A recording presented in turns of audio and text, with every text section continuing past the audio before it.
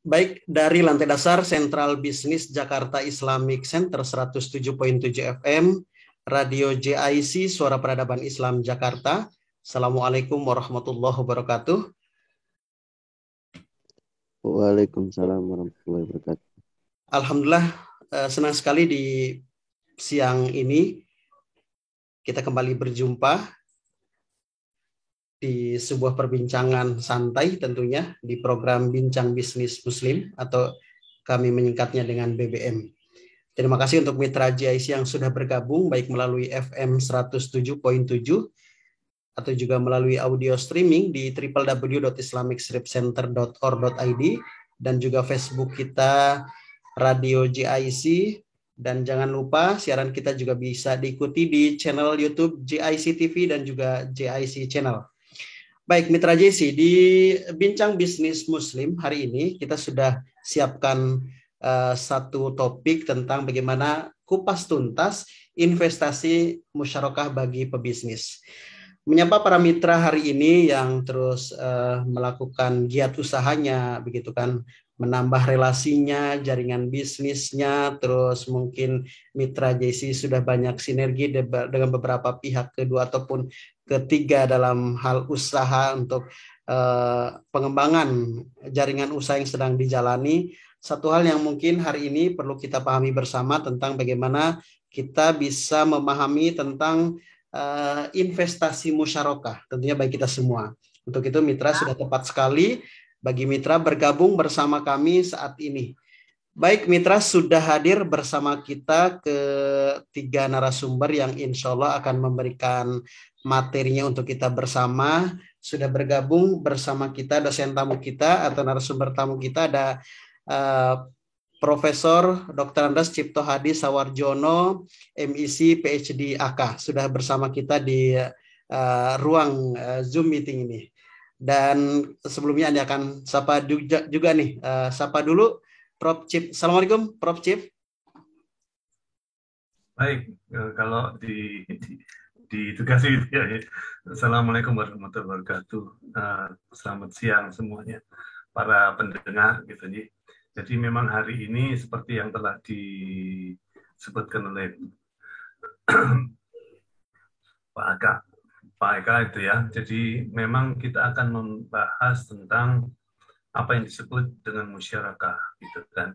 Nah, yang saya sebelum kita masuk ini nanti akan dua orang yang bahasnya itu ya. Tetapi yang saya harapkan itu bankers yang selama ini sebetulnya kalau kita kan hanya mencari mencari hutangan gitu ya.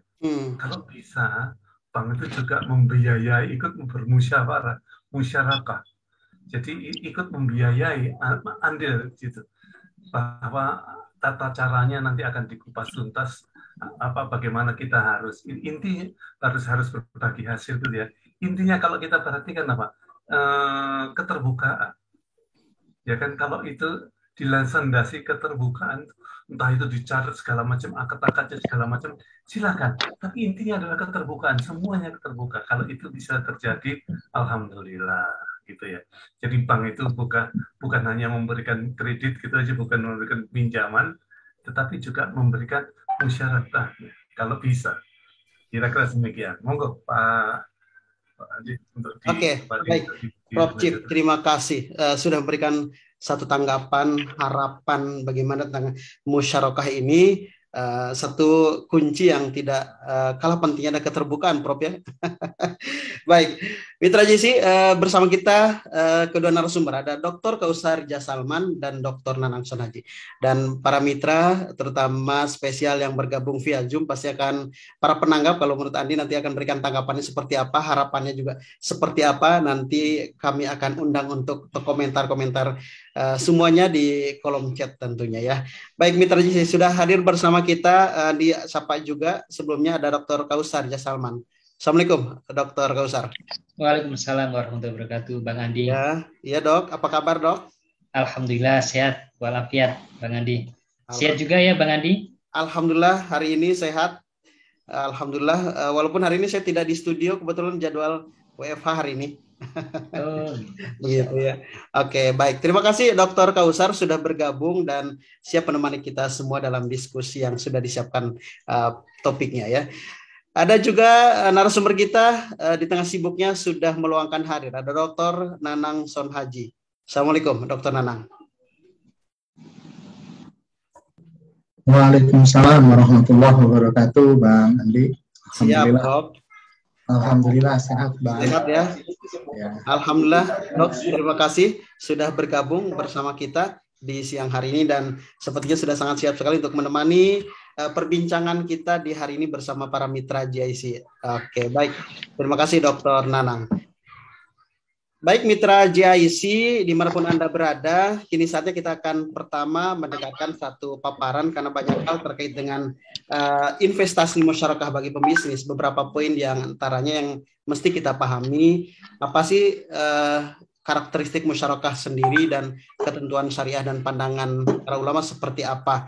Belum lagi kita akan nanti bahas seperti apa juga jenis-jenis musyarakah yang ada gitu kan, keuntungan serta kerugian dan bagaimana pembagiannya dan akad-akad yang ada di musyarakah itu apa yang ada begitu kan. Baik, narasumber pertama kita akan berikan kesempatan untuk Dr. Kausar. Dr. Kausar, kami persilakan waktu, Dok. Baik, terima kasih Bang Andi. Assalamualaikum warahmatullahi wabarakatuh. Assalamualaikum. Alhamdulillah wassalatu wassalamu ala Rasulillah wala haula wala quwata illa billah. Terima kasih Bang Andi atas kesempatannya. Jazakallahu khairan Prof. Cip yang sudah hadir ya. Dan juga nanti akan memberikan sharingnya ya kepada kita semuanya, Dr. Nanang sebagai narasumber dan para mitra GIC yang tergabung di Zoom meeting ini dan juga pendengar GIC ya. Kita sekarang masuk ke edisi yang ke-44. Alhamdulillah setelah episode yang atau edisi yang ke-43 kemarin kita sudah bahas ya berkaitan dengan mudorobah mustarokah ya. Kemudian hari ini mudah-mudahan bisa kita jelaskan ya, kita kupas ya berkaitan dengan musyarakah. Mitra GIC dan rekan-rekan semuanya, bahwa akad musyarakah ini ya merupakan salah satu akad bisnis Islami ya, di mana masing-masing pihak itu ya saling berkolaborasi dalam hal dana atau dalam hal modal ya. Ya berbeda kalau di akad mudorobah. Kalau mudorobah itu salah satu pihak yang berfungsi atau berperan sebagai penyandang dana 100% dan satu pihak sebagai pengelola yang dia berkontribusi ya dalam hal kompetensi, keterampilan, ya keahlian dan lain-lain. Sedangkan musyarakah ini masing-masing pihak harus berkontribusi ya dalam hal dana ya. Kalau kita bahas ya misalnya syirkah al-amwal. Syirkah amwal itu ya syirkah dalam kaitannya dengan berkontribusi dalam dana. Nah, kemudian kalau masing-masing mitra ya kalau di dalam akad musyarakah ini pihak-pihak yang saling mengikat dalam akad musyarakah ini kita namakan dengan mitra atau syarik ya. Ada syarik dan syarik ini semua harus berkontribusi dalam hal modal ya. Kalau kita bicara syirkah amwal, syirkah atau musyarakah yang kita kenal umumnya itu ya ada kontribusi dana, Kemudian ada salah satu mitra yang dia menjalankan usaha. Salah satu mitra yang menjalankan usaha. Ya ini yang dinamakan ya syarik yang aktif. Jadi ada syarik yang pasif, ada syarik yang aktif. Ya.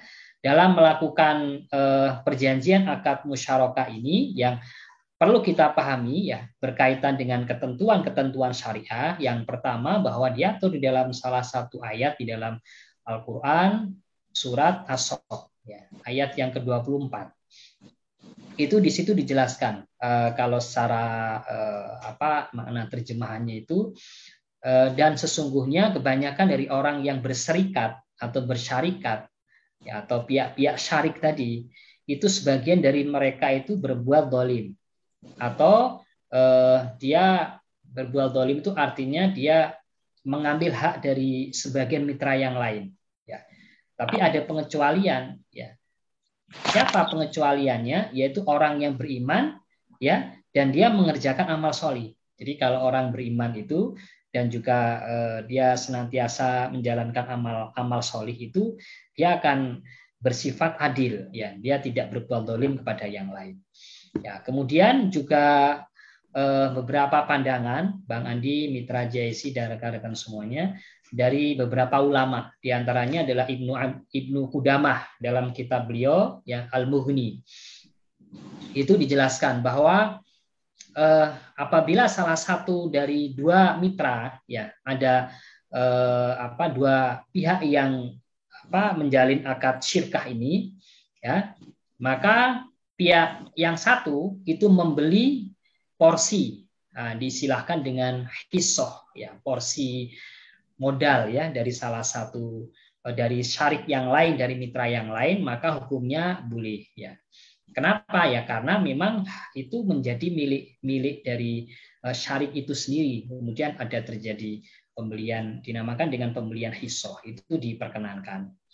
Ya, kemudian juga dalam kaitannya dengan akad musyarakah ini banyak sekali Bang Andi dan Mitra JIC turunan akad musyarakah ini.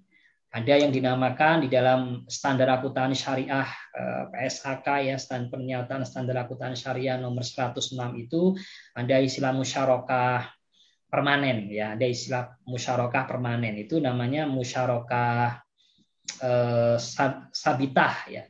Musyarakah sabitah itu permanen, artinya komposisi modal dari semua pihak yang bermitra itu komposisinya sama, ya, sama dari awal sampai akhir.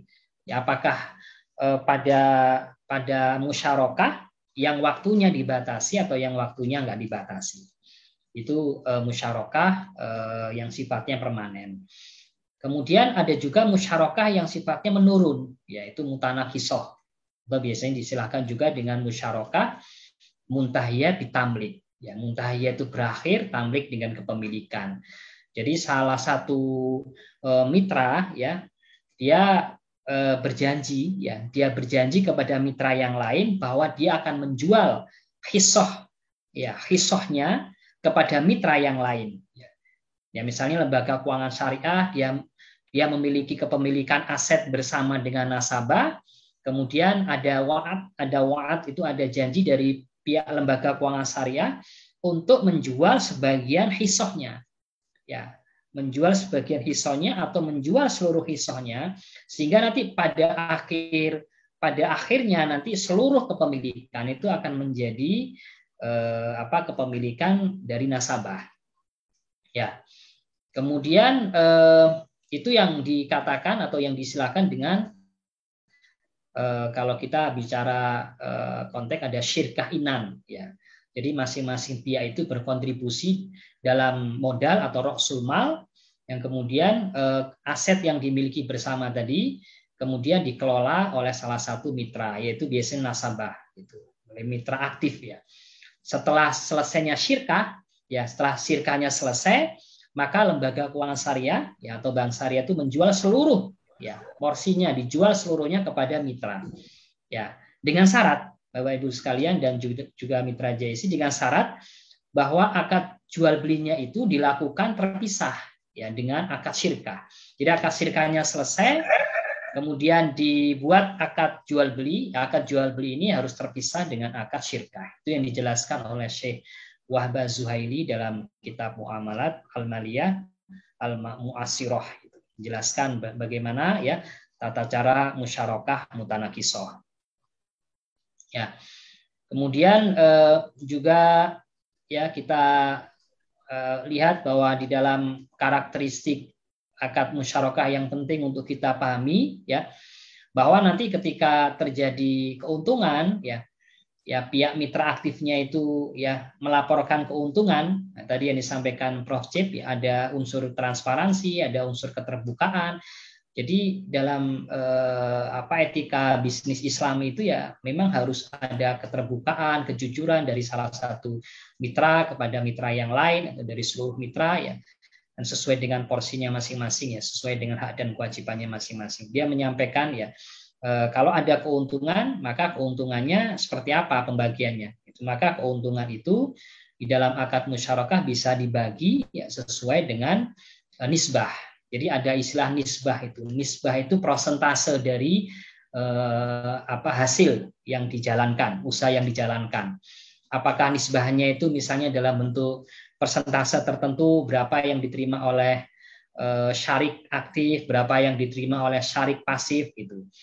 Jadi bisa saja ya, misalnya ada syarik aktif ya, dia dengan kontribusi modal yang lebih sedikit ya, tapi dia karena berkontribusi dalam amal, berkontribusi dalam keahlian ya, sehingga dia akan mendapatkan porsi nisbah yang lebih besar. Itu dimungkinkan. Itu namanya nisbah kesepakatan.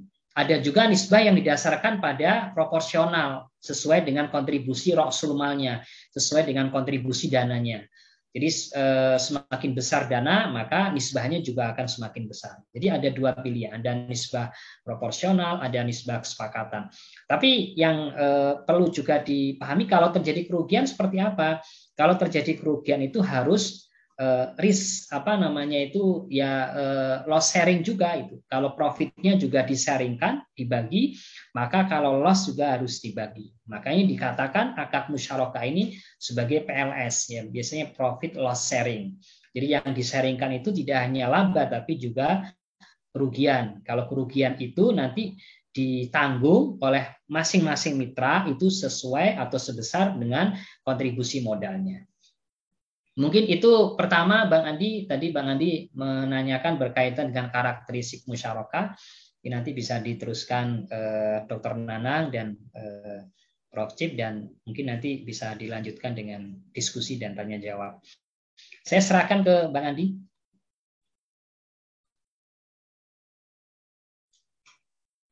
Baik, Dr. Kausar, terima kasih sudah membuka obrolan santai kita di siang hari ini. Untuk mitra JIC Anda yang masih bergabung bersama kami di FM 107.7 dan juga melalui audio streaming di www.islamicstripcenter.org.id. Untuk Anda yang baru saja menyapa, kami ingatkan kita sedang di program BBM dan topik kajian kita hari ini di edisi yang ke-44 seputar kupas tuntas investasi musyarakah bagi pembisnis. Tadi Dr. Kausar sudah membuka materi pertama dan kesempatan kedua kali ini kita coba akan dengarkan bersama dari Dr. Nanang Sonhaji. Kalau kita lihat tadi di awal topik bahasan ini akan banyak hal yang ingin kita temukan di hari ini, baik nanti jenis-jenis musyarakah atau juga nanti bagaimana ketika di lapangan seputar keuntungan, kerugian dan pembagiannya, karena namanya usaha begitu kan tidak selalu mulus sesuai dengan harapan atau selalu keuntungan yang selalu kita temukan, ada kalanya kerugian. Nah, kerugian kalau dalam bentuk musyarakah nanti secara gamblangnya seperti apa nanti. Kita akan dengarkan paparan dari Dr. Nanang. Tafadhol, Dok. Baik. Terima kasih Bang Andi. Assalamualaikum warahmatullahi wabarakatuh. Waalaikumsalam warahmatullahi wabarakatuh. Alhamdulillahirabbil alamin. Hari ini kita masih bisa bertemu lagi ya. Thalabul ilm bersama-sama. Yang pertama saya ucapkan dulu terima kasih kepada guru saya Bang Andi. Ya, asim saya kepada Profesor Cipto Hadi Sawarjono yang sampai dengan saat ini masih bisa gitu ya menemani kami berdua ini ya, selaku muridnya ini di acara BBM ini. Insya Allah mudah-mudahan memberikan keberkahan bagi kita semua Bang Andi dengan hadirnya beliau. Jadi tadi yang disampaikan oleh Ustadz Dr. Kausar ya, jadi benar sekali. Saya ingin memberikan penekanan bahwa selain selama ini masyarakat itu paham ya, salah satu produk syariah itu adalah mudharabah dan musyarakah, namun kadang-kala kita suka bingung membedakannya. Nah, kebetulan topik kita hari ini, diskusi kita hari ini, kita bicara dengan salah satu produk yang namanya adalah musyarakah. Nah, ini memang cukup berbeda kalau dibandingkan dengan mudharabah. Perlu saya tekankan supaya nanti para pendengar gitu ya, para penyimak ya di bincang-bincang muslim ini bisa memahami sebelum nanti dalam prakteknya di masyarakat seperti apa. Jadi memang satu hal yang perlu kita ketahui bahwa ciri khas dalam produk musyarakah ini adalah adanya kerjasama modal untuk menjalankan kegiatan usaha ya dalam jangka waktu tertentu ya dengan pembagian keuntungan antara pihak juga tadi sudah dijelaskan oleh Ustadz Dr. Kausar, PLS ya, profit loss sharing-nya apakah berdasarkan modal masing-masing ataukah memang sudah disepakati di awal ketika akad ya. Tuh. Nah, namun demikian praktik musyarakah dan mudharabah ini memiliki perbedaan yang cukup signifikan ya, terutama yang perlu kita pahami kalau mudharabah itu tidak ada modal dari pengelola. Karena modal uang 100% itu dari sohibul mal. Namun kalau musyarakah ini ya baik pemilik modal yaitu sohibul mal dengan pengelola mengirimkan modal.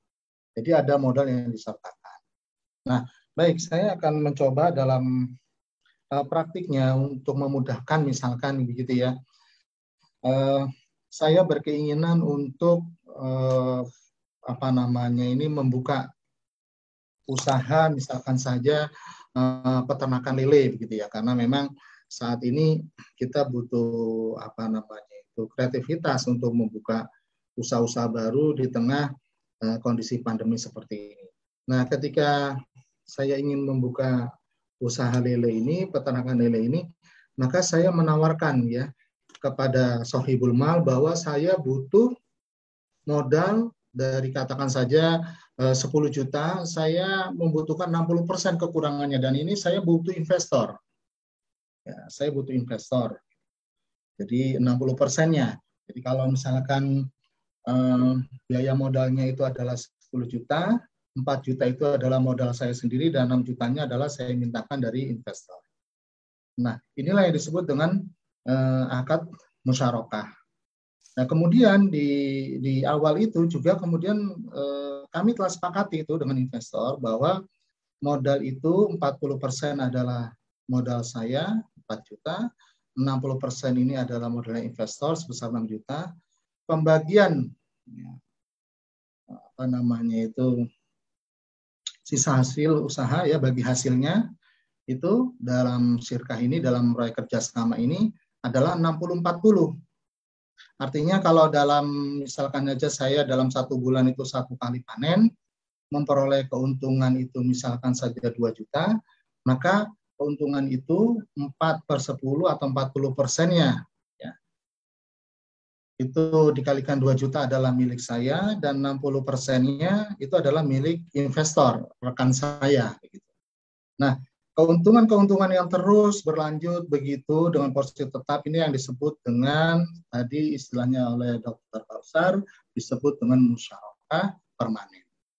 Jadi begitu.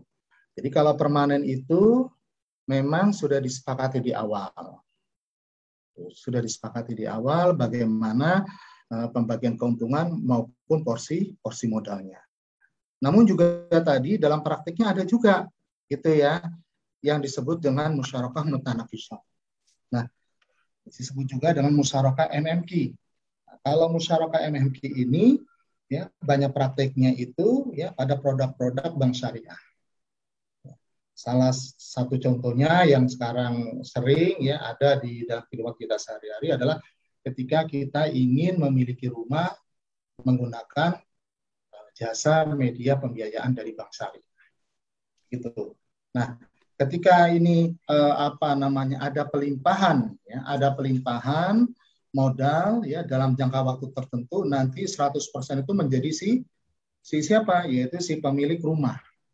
Jadi awalnya itu DP ya, DP down payment ya itu adalah uang yang dikeluarkan oleh pemilik rumah, sedangkan sisanya itu adalah dana pemilik dari bank ya. Dana yang dimiliki oleh bank.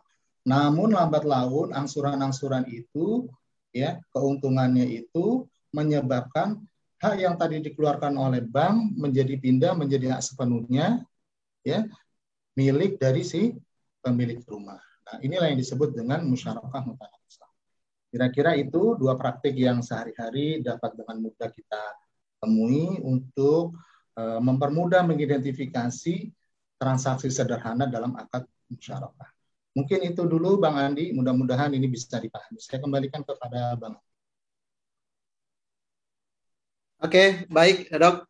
Ada dua gambaran yang sering kerap kita temukan dalam keseharian. Semoga semakin memudahkan bagi kita sebenarnya musyarakah di mana dan letak perbedaan dengan mudharabah yang juga mungkin barangkali banyak dilakukan model bisnis yang sedang dijalani atau kongsi atau kerjasama yang sedang dijalani oleh Bapak Ibu semua saat ini. Kita masih bergabung bersama kami di 107.7 FM dan di audio streaming di www.islamicstripcenter.or.id.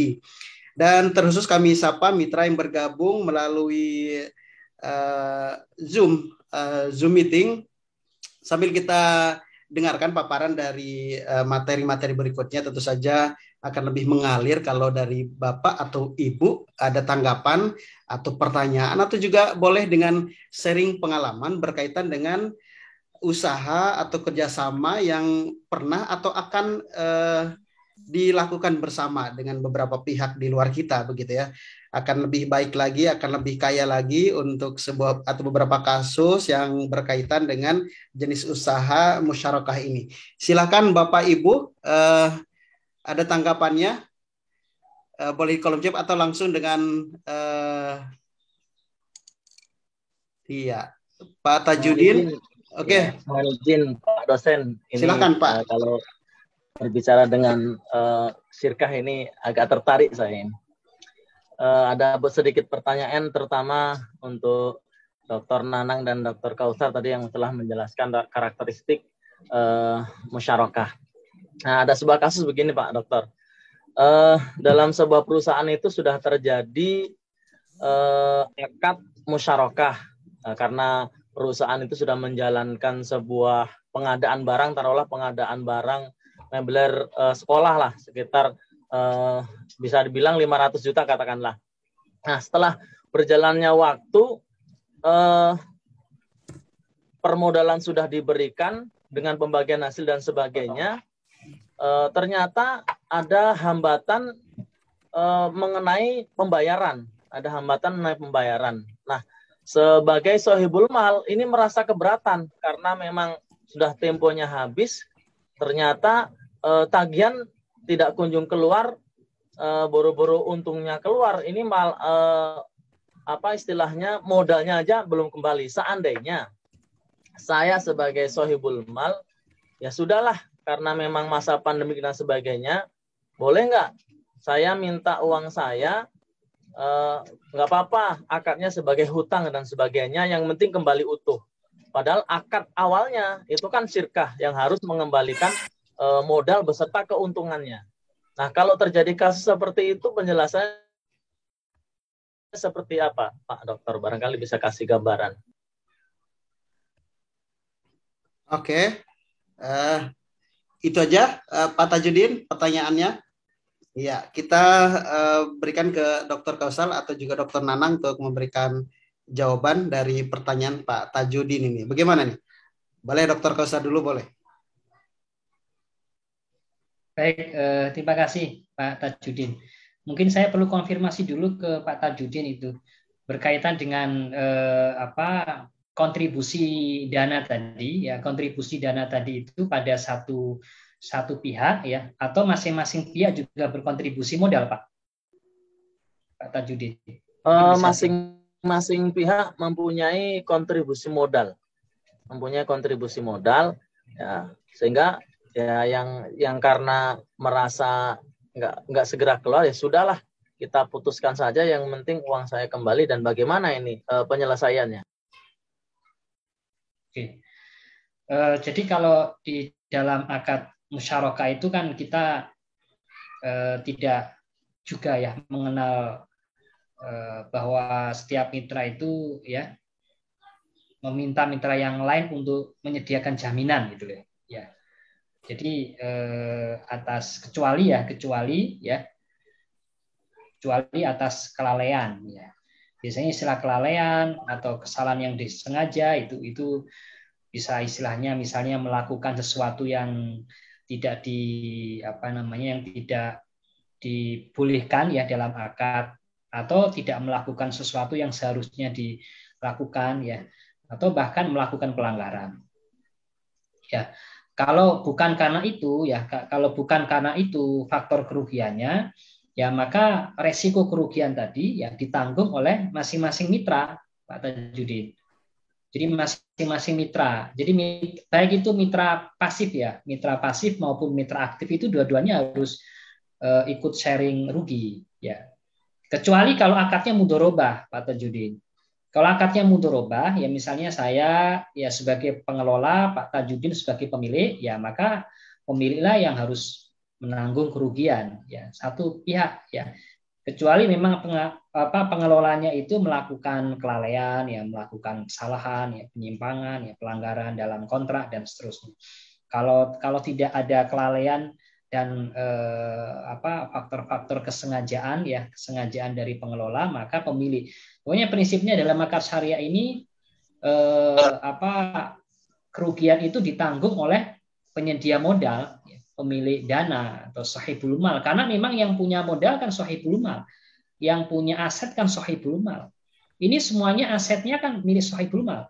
Ya kalau misalnya dalam akad musyarakah ya berarti masing-masing syari ya masing-masing mitra itu dia berkontribusi terhadap aset atau investasi musyarakah itu. Kalau misalnya musyarakahnya itu bisa dalam bentuk aset atau bisa dalam bentuk usaha tertentu gitu. Seperti yang tadi contohkan Dr. Nana, atau bisa juga dalam bentuk aset. Barang misalnya tadi sampaikan Pak Tajudin. Ya, sehingga kalau misalnya mengubah ya akad yang seharusnya awalnya adalah akad musyarakah ya, kemudian diubah menjadi akad hutang ya itu tidak pas gitu ya, karena memang akad semulanya adalah akad syirkah ya, akad syirkah. Dan dalam kondisi pandemi ini ya masing-masing pihak harus memahami gitu, harus memahami kalau ini sebetulnya sih lebih ringan ya Pak Tajudin ya, karena dalam akad musyarakah ini kan masing-masing pihak itu kan dia setor uang juga. Jadi dia ya ikut menanggung kerugian. Misalnya kalau tadi disepakati nisbah kerugian itu kan berdasarkan kontribusi modal ya. Kalau modal kita sama ya sudah berarti kerugiannya kita tanggung sama bareng-bareng.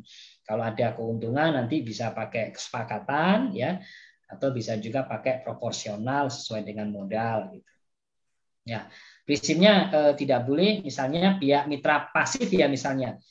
Saya pokoknya Anda harus menjamin modal saya nggak berkurang gitu, karena Anda kan sebagai mitra aktif ya. Jadi itu nggak boleh ya.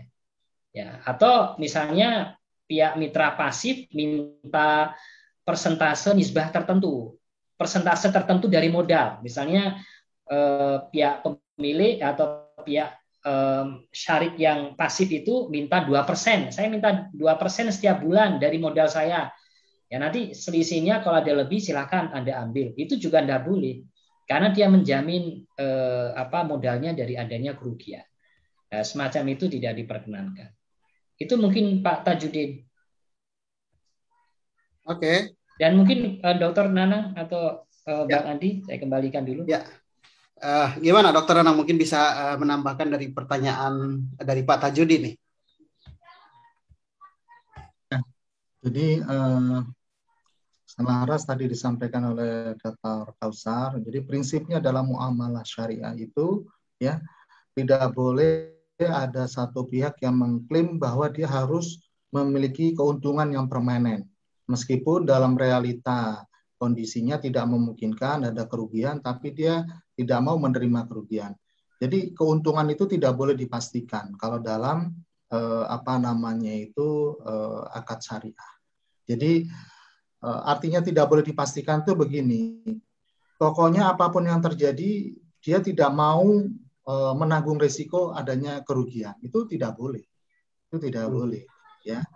Jadi dalam musyarakah ini meskipun ada sharing modal, ya, seperti tadi di awal disampaikan ya, profit loss sharingnya itu tetap ada. Jadi bukan hanya profit sharing saja, tetapi profit and loss, pembagian keuntungan dan pembagian kerugian. Nah, cuma tadi yang disampaikan oleh kawan kita, oleh saudara kita Bapak Muhammad Tajudin tadi, memang ini realistis betul di tengah-tengah praktiknya itu seringkali kita mengalami kondisi-kondisi seperti itu, ya. Jadi kalau pengadaan itu gitu ya, barangnya udah kita serahkan, kemudian ketika pembayarannya itu atau pelunasannya itu rekan kita itu nggak sesuai dengan janjinya. Nah, oleh karena itu dalam muamalah syariah kontemporer ini boleh masing-masing pihak itu untuk melindungi hartanya itu disampaikan di awal. Disampaikan di awal, misalkan begitu ya. Kalau misalkan apa namanya ini terjadinya keterlambatan itu sampai berapa lama, gitu ya, sampai berapa lama, misalkan 1 bulan, 2 bulan begitu. Nah, terus konsekuensinya seperti apa? Apakah kemudian barangnya ditarik kembali atau bagaimana? Tetapi yang paling penting tadi yang disampaikan oleh Prof. Chief ya, ada keterbukaan informasi itu dalam prinsip syariah itu disampaikannya di awal. Sebab apa? Sebelum transaksi, ketika kedua belah pihak ini sama-sama saling memahami dan sepakat pada akad, maka akad itulah yang menjadi rujukan formal untuk kita patuhi.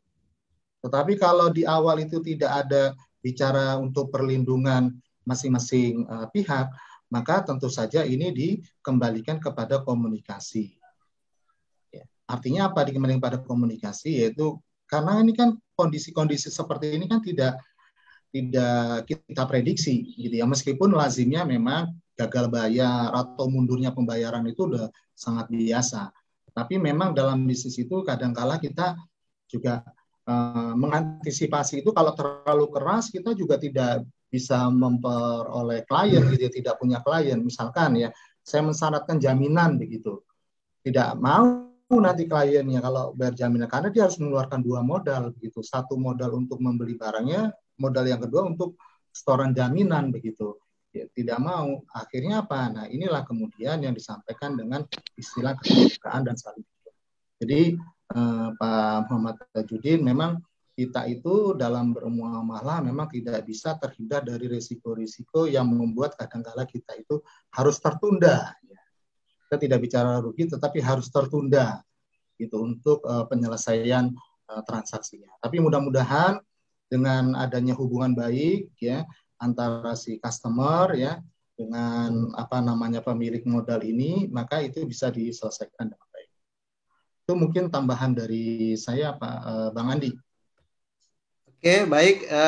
Bagaimana Pak Tajudin? Ada tanggapan berikutnya atau dianggap cukup? Cukup ya, baik. Terima kasih. Oke, pertanyaan yang sudah memberikan warna di diskusi kita siang hari ini. Dan tentu ini kesempatan berikutnya kami akan berikan untuk mitra JIC yang lainnya. Mungkin ada yang ingin bertanya atau juga sharing pengalaman atau juga tanggapan.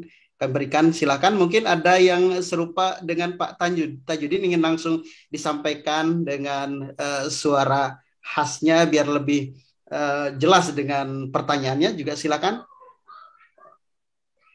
Ibu Irma. Mungkin ada tanggapan Bu Irma? Silahkan. Ya. Pak Atang. Pak Atang, boleh. Bu Irma dulu boleh ya, silahkan. Assalamualaikum warahmatullahi wabarakatuh. Waalaikumsalam warahmatullahi wabarakatuh. Cara BBM ini Bang Andi. Ya. Kalau saya itu lebih banyak mungkin bertanya gitu ya, karena ketidaktahuan dari saya atau terkait dengan materi ini gitu ya. Saya ingin bertanya atau konfirmasi kalau misalkan tadi itu kan yang dicontohkan oleh Dr. Nanang itu adalah kalau ada pengusaha lele gitu ya. Nah sekarang kalau misalkan begini, saya punya tanah gitu ya. Saya punya tanah. Ya. Nah, untuk itu, tapi saya tidak bisa mengerjakan gitu ya, sehingga orang lain yang mengerjakan begitu. Nah, semuanya bahan dari bibit, pupuk dan lain sebagainya, orang yang mengerjakan itu. Saya hanya modal saya hanya tanah gitu ya, tanah sawah gitu. Nah, kemudian dalam perjanjian itu nanti kalau hasil panennya itu yang mengerjakan mendapatkan 2/3 dari hasil panen, kemudian saya sepertiganya. Nah, itu dalam hal ini tuh masuk, apakah bisa dikatakan musyarakah? Nah, musyarakah yang mana gitu? Jadi, matur nuwun. Sementara itu. Oke, baik. Terima kasih nih Bu Irma. Oke. Baik, boleh Pak Nanang dulu atau Pak Kausar dulu memberikan tanggapan dari pertanyaan Bu Irma nih. Bagaimana nih? Boleh Pak Kausar. Baik, terima kasih atas pertanyaannya Dr. Irma. Ya. Apa yang disampaikan tadi, ya ilustrasi yang disampaikan tadi, kita lihat bahwa satu pihak itu ya berkontribusi ya dalam aset ya tanah ya. Kemudian pihak yang lainnya itu sebagai pengelola mulai dari bibit ya sampai dengan biaya upah dan seterusnya sampai kemudian panen. Dan kemudian bagi hasilnya dibagi yang 1/2/3, yang 1/3 ya. Kalau kita lihat pada beberapa jenis ya, Dr. Irma, ada syirkah al-amwal ya. Kalau syirkah al-amwal itu yang kita bahas sekarang, masing-masing berkontribusi dalam dana. Ada yang disilahkan juga dengan syirkah abdan ya. Syirkah abdan itu atau syirkah akmal ya, syirkah akmal atau abdan itu berkontribusi dalam kerja ya, masing-masing itu enggak berkontribusi dana tapi berkontribusi kerja ya. Jadi sharing berkaitan dengan keterampilan ya, keahlian dan seterusnya. Kemudian yang ketiga ada namanya syirkah wujud. Syirkah wujud itu masing-masing berkontribusi dalam salah satu pihak atau syarik itu sebagai pihak yang memiliki reputasi atau nama baik gitu. Ya, kalau saya lihat tadi itu memang ya sebetulnya bagian dari syirkah secara umum ya, bagian dari syirkah secara umum ya, Tapi ada nanti yang lebih khusus lagi ya, selain mudorobah, musyarakah itu ada juga yang lebih khusus lagi nanti bicaranya di sektor pertanian, contohnya akad muzaroah. Mungkin itu lebih pasnya di bab muzaroah itu, Dr. Irma. Jadi satu pihak ya menyediakan lahan, pihak yang lainnya mengerjakan sampai dengan selesai nanti dilakukan bagi hasil. Tapi itu juga masuk dalam syirkah secara umum, karena syirkah secara umum itu juga masing-masing artinya berikat gitu ya. Terikat dalam akad al-muslimun ala syurutim. Ketika masing-masing orang berakad, maka berlaku satu hadis yang harus kita pahami, bahwasanya al-muslimuna ala syurutihim ila syaratan harrama halalan au ahal haraman. Jadi orang yang beriman itu kalau dia terikat dengan perjanjian, dengan akad di atas akad-akad yang sudah kesepakatan yang sudah mereka lakukan, kecuali syarat yang mengharamkan yang halal atau menghalalkan yang haram. Jadi syarat yang tadi contohnya saya sampaikan menjamin dan seterusnya. Jadi yang tadi disampaikan Dr. Irma itu lebih kepada bagian dari arkad syirkah secara umum juga, tapi lebih spesifik masuknya ke akad muzaroah. Mungkin ada bahasan yang lain yang bisa kita sampaikan Bang Andi dan Mitra JIC di bab yang lain. Ada istilahnya muzaroah dan seterusnya ya. Tapi sebetulnya praktek itu juga sering terjadi di tengah masyarakat. Hanya mungkin di standar akuntansi syariah kita belum mengcover itu, Bang Andi. Dan juga saya lihat di fatwa DSN belum juga dibahas itu terkait dengan muzaroah. Mungkin itu tanggapan ya atas pertanyaan dari Dr. Irma. Saya kembalikan ke Bang Andi. Iya, baik. Saya tertarik tadi antara 2/3 dari pengelola, 1/3 untuk Dr. Irma misalnya, karena sebagai pemilik tanah. Dengan jumlah pembagian seperti itu, Dr. Nana, apakah sudah tepat dari bentuk kerjasama seperti ini nih? Apakah sudah fair gitu? Ya, udah fair gitu ya, gimana tuh? Ya, terima kasih Bang Andi. Jadi berkaitan dengan PLS, profit loss ratio ini gitu ya. Rasionya itu, persentasenya itu tidak ada ketentuan baku. Apakah harus 50-50, apakah 60-40, apakah 70-30. Karena pada prinsipnya itu kita bisa mencontohnya menggunakan dasar 2. Yang pertama adalah dari setoran modal masing-masing. Yang kedua adalah bukan pada setoran modal. Gitu ya. Bisa jadi meskipun saya modalnya sedikit, tapi saya punya kemampuan manajemen yang baik, saya punya network, saya adalah sekutu aktif yang menjalankan mulai dari proses produksi, kemudian sampai ke tangan pelanggan, menjualnya dan segala macam, maka ketika pembagian bagi hasil, saya menjadi lebih besar daripada si pemilik modal. Boleh. Yang paling penting ketentuannya tadi itu harus dibicarakan di awal sebelum memulai usaha. Jadi akad untuk pembagian keuntungan itu harus di awal, karena kalau tidak itu sudah kemungkinan besar nanti akan terjadi masalah, Bang Andi. Akan terjadi masalah. Sesuatu yang paling sensitif itu ketika bisnis itu adalah berkaitan dengan pembagian keuntungan dan kerugian. Iya, betul. Jadi kemudian di awal itu harus disepakati. Ya, mau berapapun persentasenya, asalkan tidak ada tekanan, tidak ada paksaan, dan itu dilakukan secara sadar, dan kedua belah pihak ya, yang saling bekerja sama tadi, saling berakad tadi sepakat, dan itu dituangkan dalam bentuk formal, maka itu boleh. Dan tadi sudah disampaikan oleh Dr. Kausar, selanjutnya maka kedua belah pihak itu ya harus patuh dan menghormati apa yang sudah disepakati bersama. Jadi tidak ada ketentuan harusnya itu sekian, pantasnya sekian. Pantas tidaknya itu dibicarakan oleh kedua belah pihak. Itu Bang Andi. Insyaallah mudah-mudahan seperti itu. Oke, baik. Dr. Irma, terima kasih nih sudah bergabung bersama kita dengan pertanyaannya. Sukses selalu untuk aktivitas dan bisnis yang dijalani, begitu ya. Baik, ada Mitra JC, para partisipan yang ingin bersama kita bergabung. Ustadz Danu mungkin ada tanggapan dari pertemuan kita hari ini atau yang lainnya, silakan. Iya, silakan Ustadz Danu. Masih di mute ya. Di unmute dulu, silakan. Okay. Ya, Assalamualaikum warahmatullahi wabarakatuh. Waalaikumsalam warahmatullahi wabarakatuh. Luar biasa di penjelasan dari Dr. Kausar dengan Pak Nanang. Memang dalam kasus-kasus di luar sana terkait dengan syirkah ini memang luar biasa sekali prakteknya. Memang harus sedetail mungkin. Memang saya sepakat dengan Pak Nanang tadi bahwa memang tidak ada ketentuan dari kesepakatan itu, yang pembagian persentasenya nggak ada ketentuan, hanya kesepakatan di awal gitu ya Pak ya.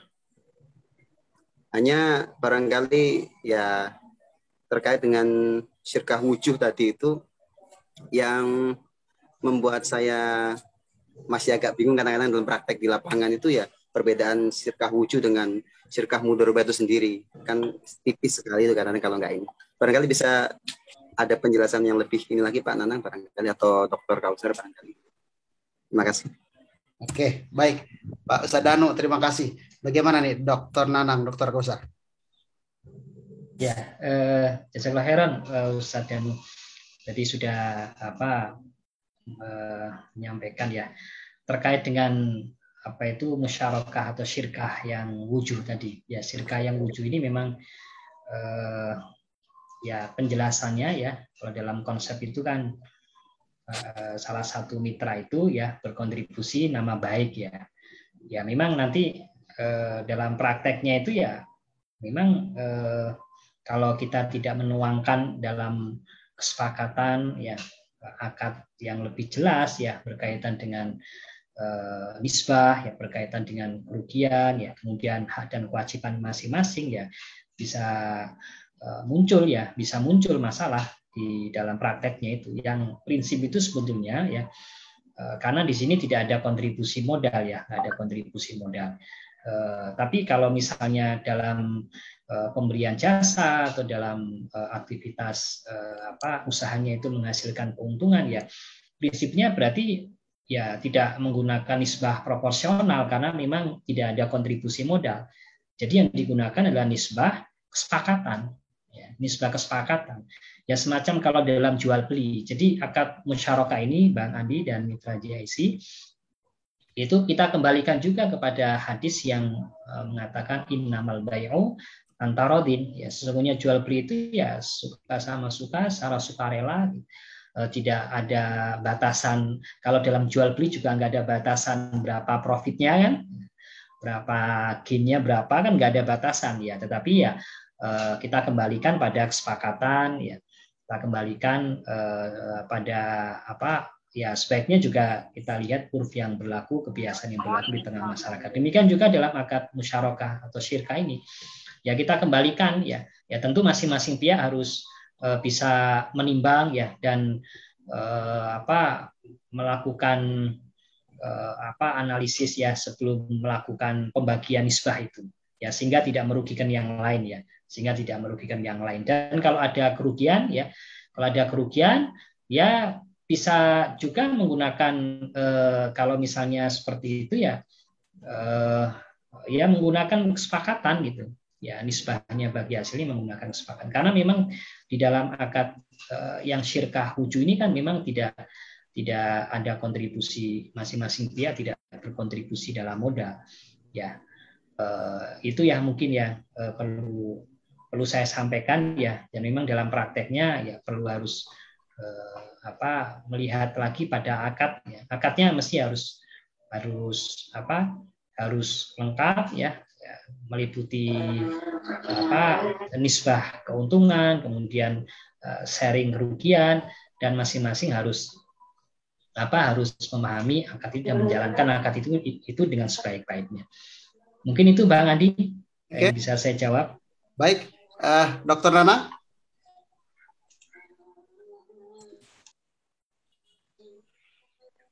Saya pikir cukup jelas Bang Andi.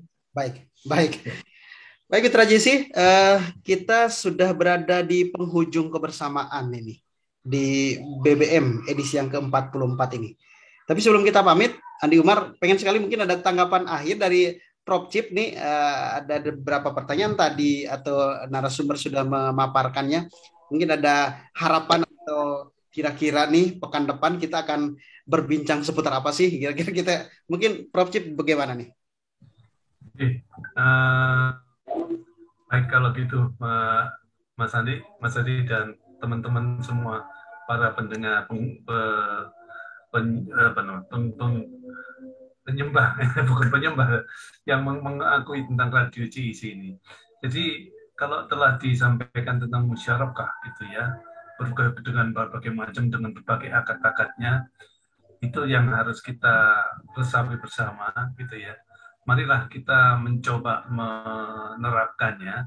Jadi memang sementara ini kita paham tentang conventional finance gitu ya.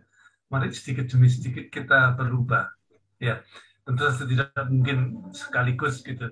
Tetapi sedikit demi sedikit kalau kita sudah yakin dengan musyarakah gitu yang pertama kan di hari ini dibahas gitu. Ya marilah kita ya kalau bisa dilaksanakan. Saya kira itu aja.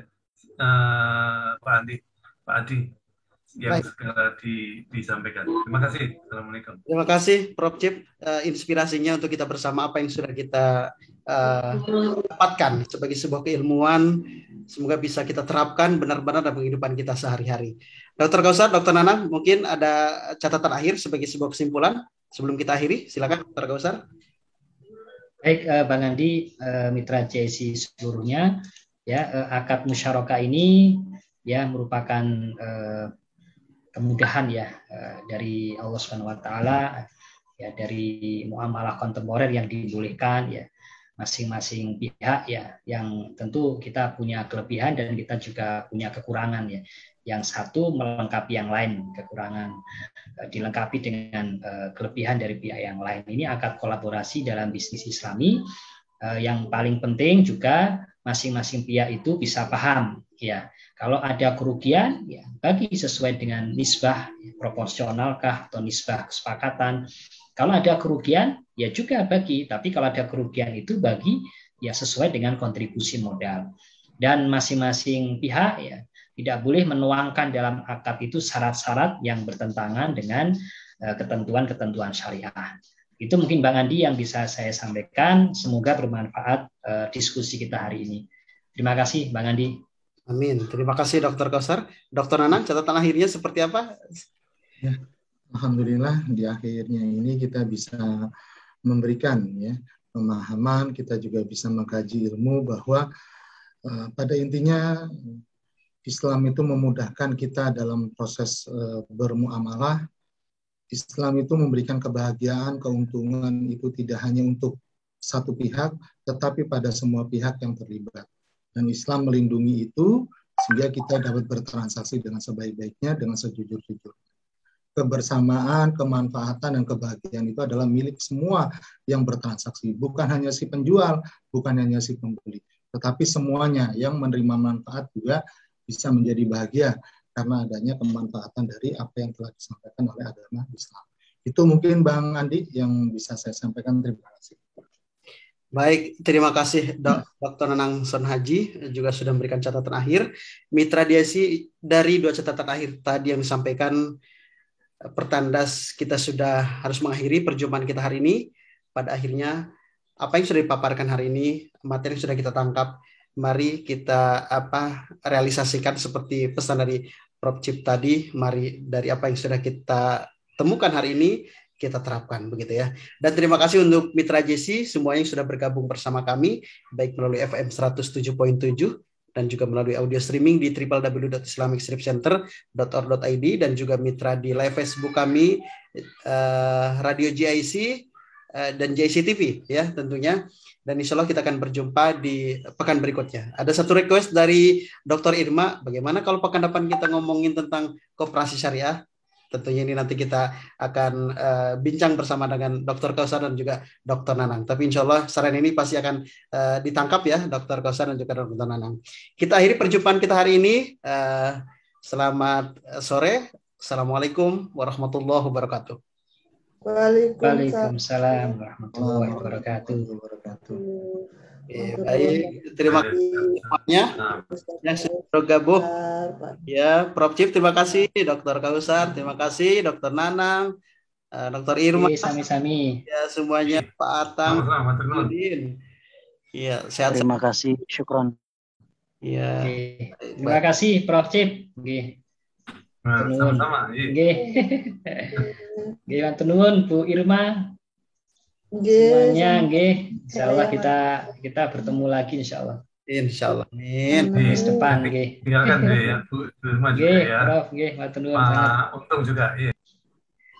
Terima kasih Prof. C, Pak Kausar, Pak Nanang. Irma, matur nuwun Bu Irma, Mari Bapak ditunggu undangan berikutnya. Insyaallah, siap Bu Irma, Terima kasih ya. Waalaikumsalam warahmatullahi wabarakatuh. Kita akhiri perjumpaan kita ya. Ya. Baik Bang Andi. Baik. Jazakallahu khairan. Waalaikumsalam warahmatullahi wabarakatuh.